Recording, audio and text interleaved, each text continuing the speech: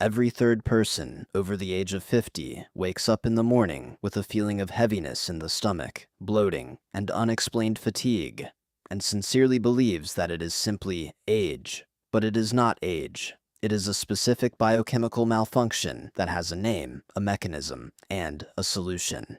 We will look at 7 drinks that act directly on this mechanism, not laxatives, not pharmacy drugs, natural drinks with proven biochemical effects, arranged from the least effective to those that truly change the way the intestines work at the level of physiology. At the end, you will get a 30-day protocol that you can start as early as tomorrow morning. Before we move on to the ranking, we need to understand one concept. Without it, everything else loses its meaning. This concept is called the migrating motor complex. Most people have never heard this term from their doctor, even though it is exactly what explains why some people's intestines work like clockwork, while others remain sluggish for years.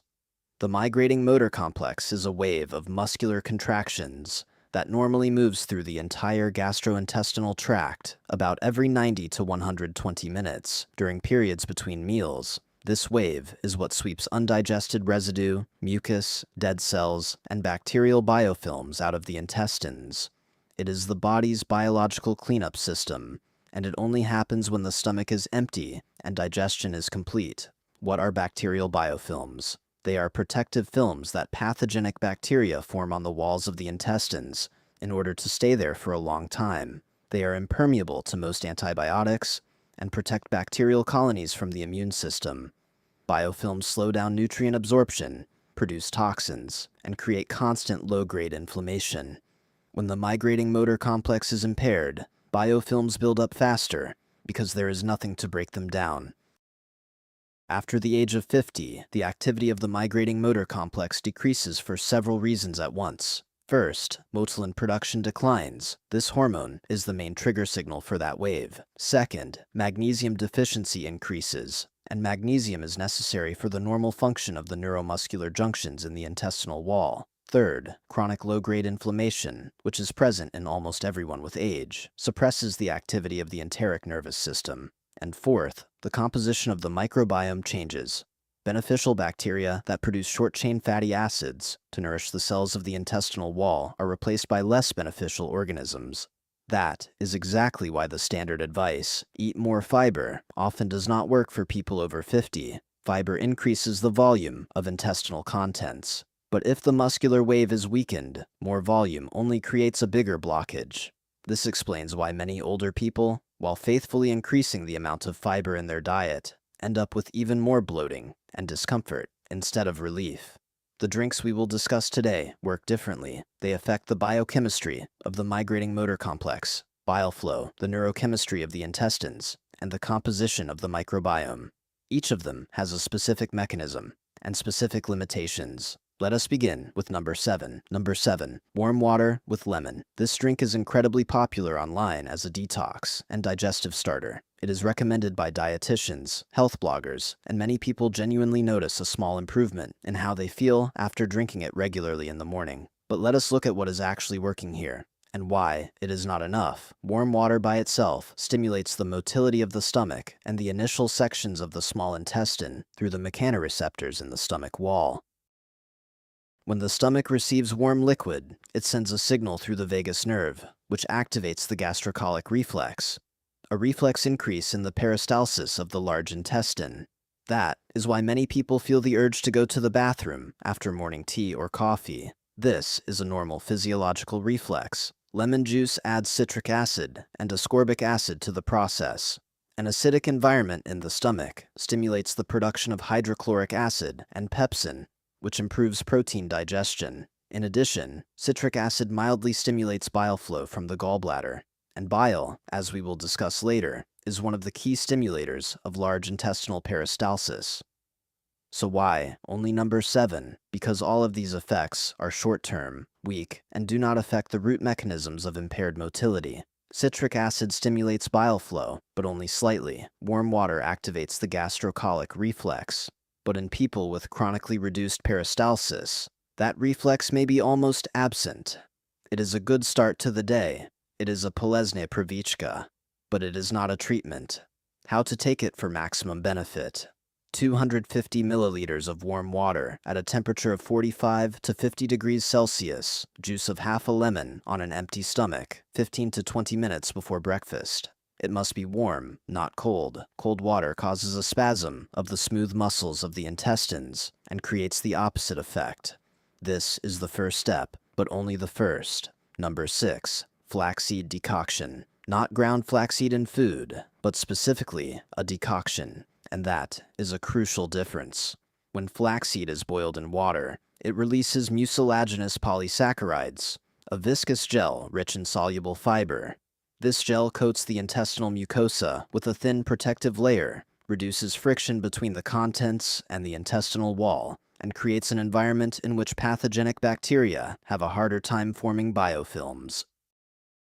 This matters especially for people over 50, because with age, the mucin layer, the protective mucus produced by goblet cells in the intestines, becomes thinner.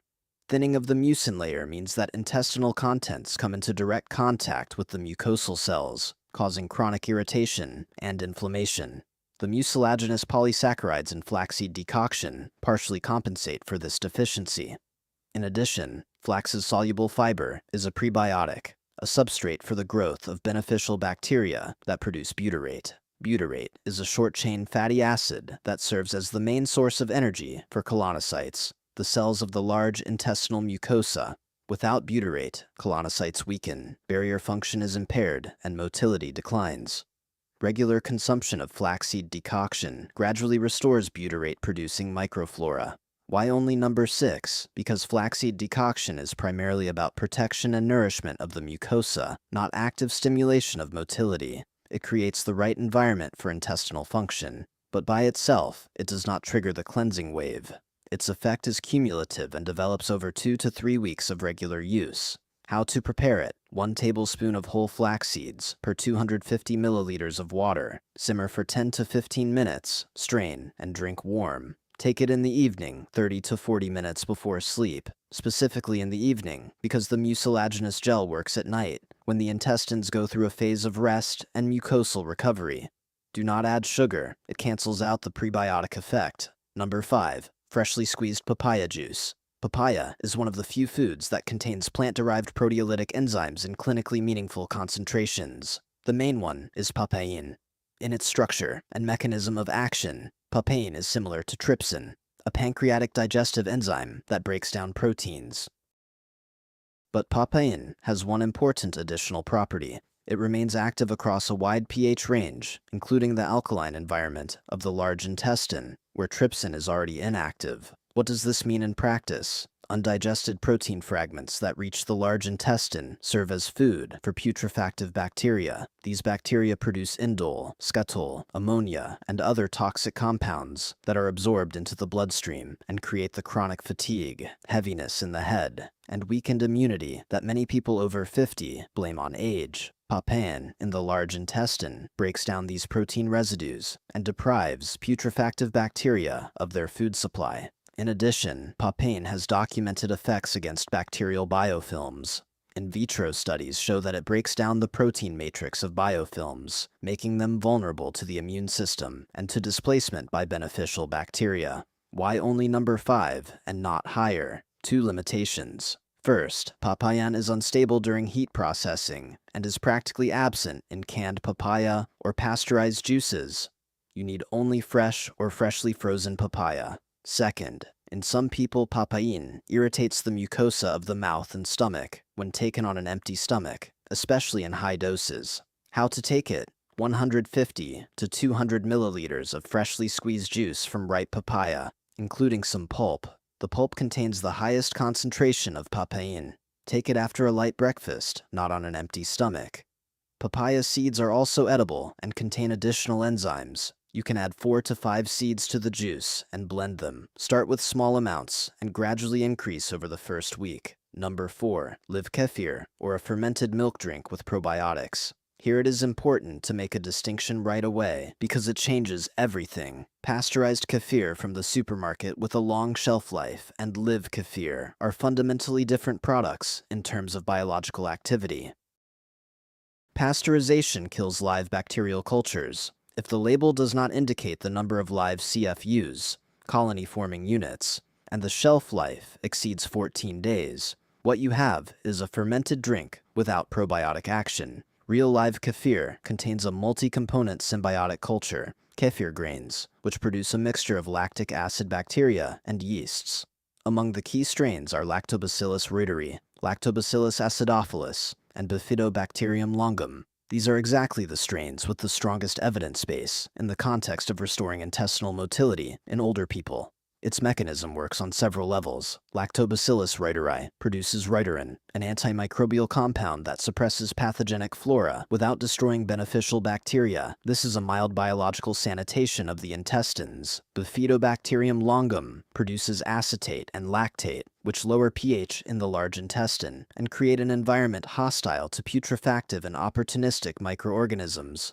All strains together produce butyrate and other short-chain fatty acids that nourish the mucosal cells and stimulate peristalsis through the enteric nervous system.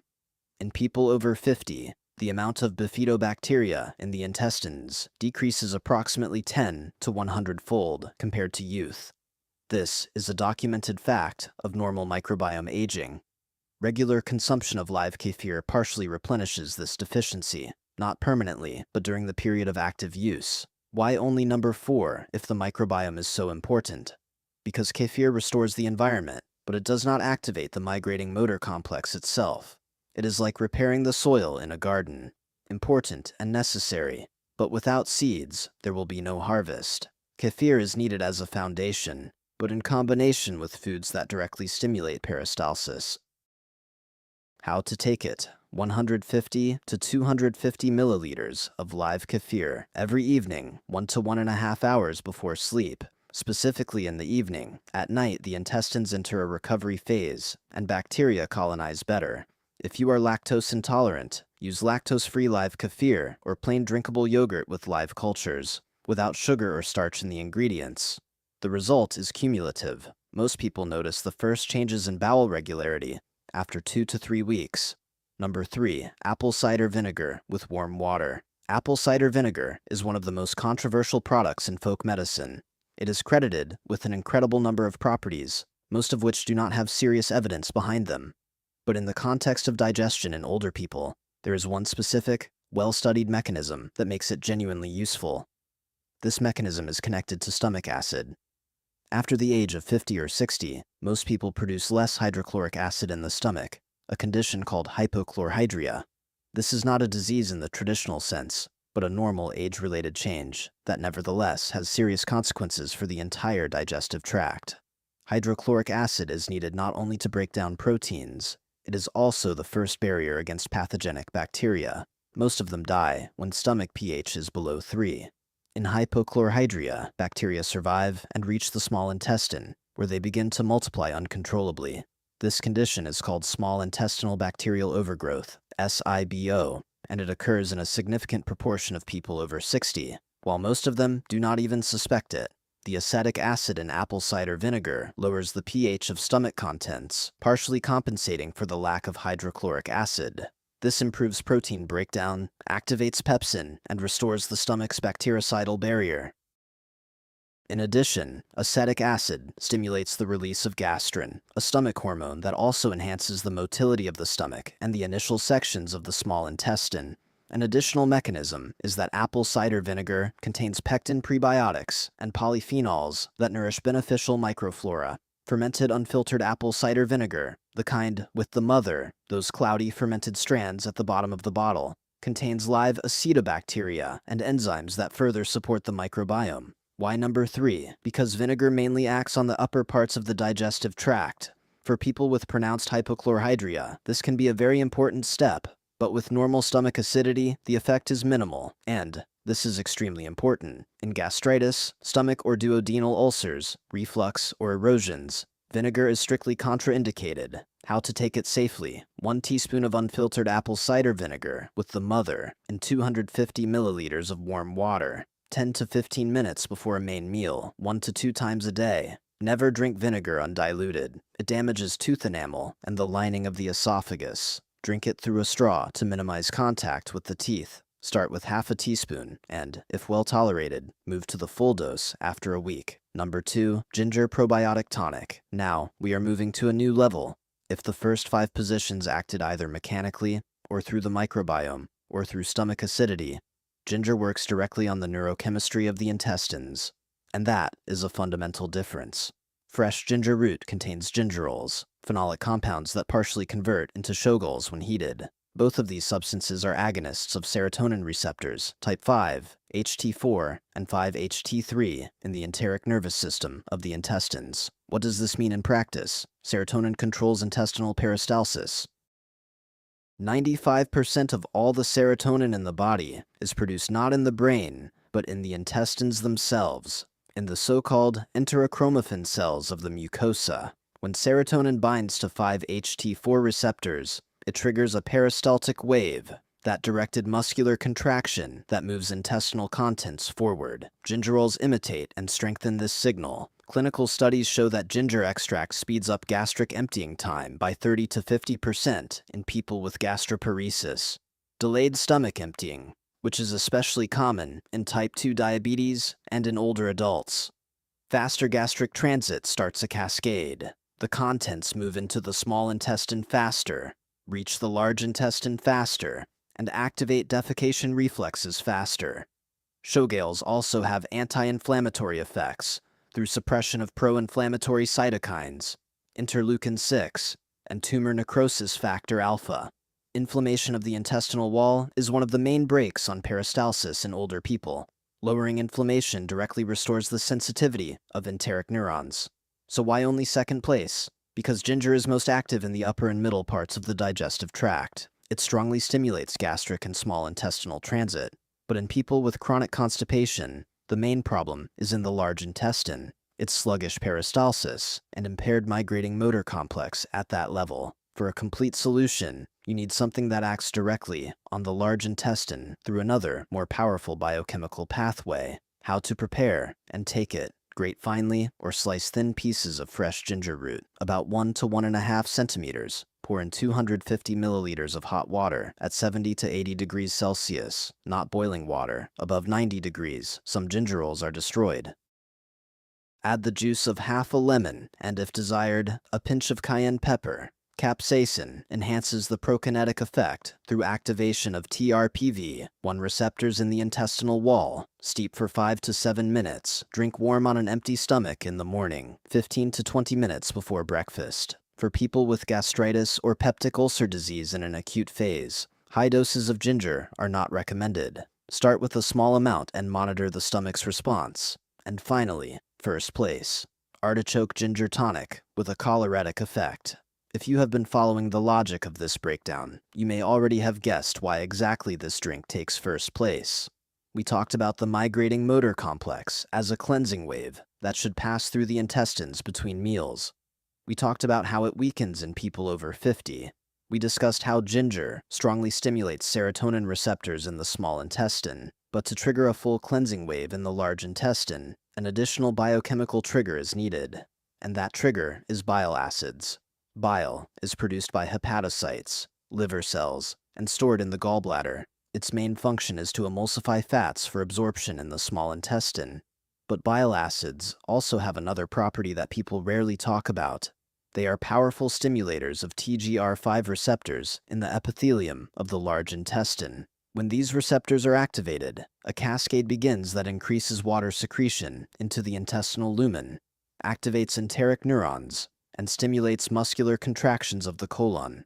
In other words, it directly triggers a wave similar to the migrating motor complex. That is why many people feel the urge to have a bowel movement immediately after morning coffee or fatty food. This is the gastrocolic reflex, plus the bile trigger. Now, artichoke. Artichoke leaves contain 2 key compounds, cynerin and luteolin, 7-O-glucoside.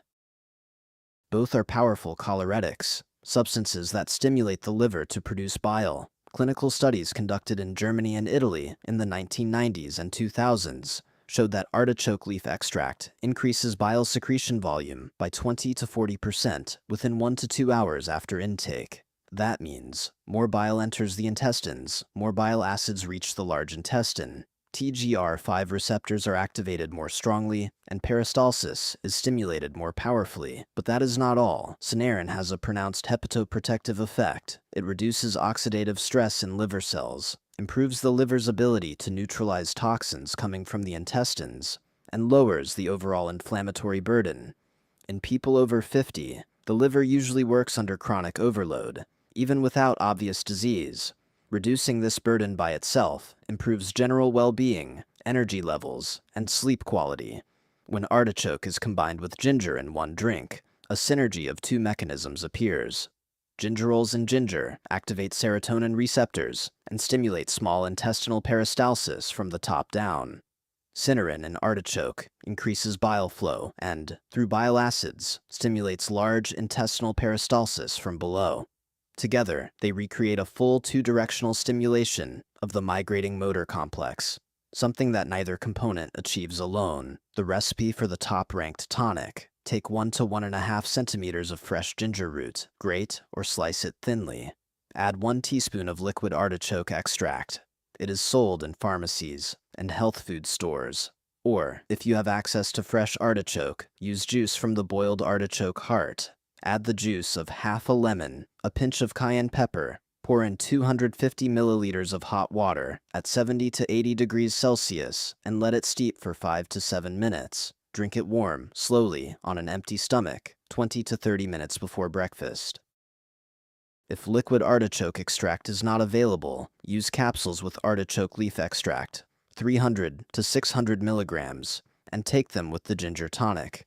The effect will be similar. Now, the 30-day protocol. There is no need to start everything at once. The sudden introduction of several biologically active components at the same time makes it difficult to understand what is working and can create extra strain on the body. For the first 7 days, only the morning ritual. Every morning on an empty stomach, artichoke ginger tonic with lemon. Add nothing else. Observe how you feel, whether there are changes in the urge to go, the nature of the stool, or the feeling of heaviness after meals. From day 8 to day 14, add the evening protocol. Live Kefir, 150 to 250 milliliters, 1 hour before sleep, plus flaxseed decoction 30 minutes before sleep. This creates an evening block for microbiome and mucosal recovery. From day 15, add apple cider vinegar with warm water before the main meal, once a day before lunch, and every other day after breakfast. Papaya juice or fresh papaya pulp. By the end of the 30 days, most people develop a stable daily rhythm. The intestines get used to regular biochemical stimulation, the microbiome shifts, and bile flow normalizes. Bowel movements become regular, once a day, at the same time, without straining or discomfort. It is important to keep a simple symptom journal, not a complicated one. Just 3 parameters every morning: whether there was a bowel movement, how easy it was on a scale from 1 to 5, and the overall feeling in the stomach in the morning. After 2 weeks, you will see a pattern and understand what is working in your specific case. Now, let us talk about the mistakes that can reduce the whole protocol to 0. The first and main mistake is frequent snacking. The migrating motor complex starts only in a state of digestive rest, when the stomach has been empty for at least 2 to 3 hours. If you eat every hour or hour and a half, this wave never starts. Try to leave at least 3 to 4 hours between meals. 3 full meals without snacks will give the intestines 3 cleanup cycles a day. The second mistake is sugar and ultra-processed foods. Sugar is a substrate for opportunistic bacteria and fungi. A single day of high sugar eating can disrupt the microbiome balance that took 2 weeks to rebuild. This does not mean you need to give up sweets forever, but during the protocol, minimizing them is critically important. The third mistake is ignoring the urge to have a bowel movement. In many older people, this reflex is already weakened because of years of suppressing it. Every time you ignore the urge, the rectosigmoid reflex weakens a little more. If the urge appears, do not postpone it. The fourth mistake is lack of physical activity. Walking at a moderate pace for 30 minutes a day improves intestinal transit time by 20 to 30%. This is a documented effect that does not depend on diet. Without movement, even the strongest biochemical stimulators work at only half their potential. The fifth mistake is taking these drinks at the same time as medications.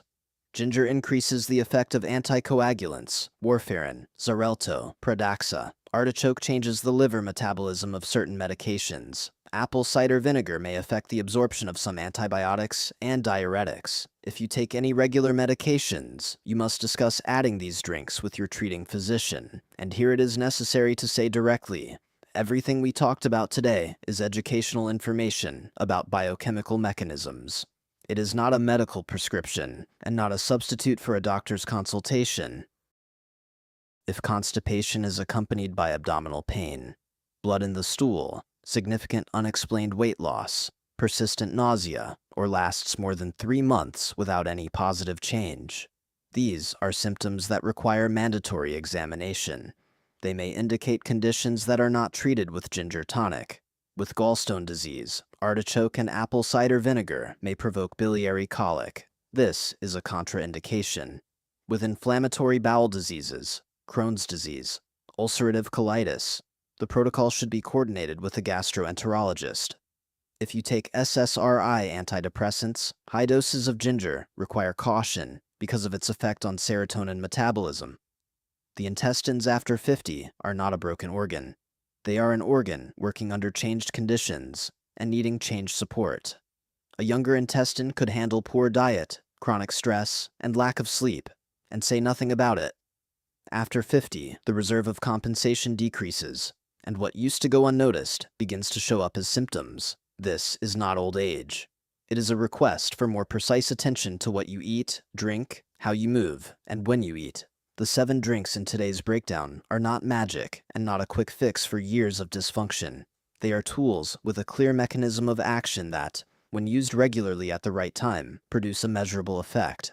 The difference between someone who understands this mechanism and someone who simply eats more fiber is the difference between working with the cause and working with the symptom.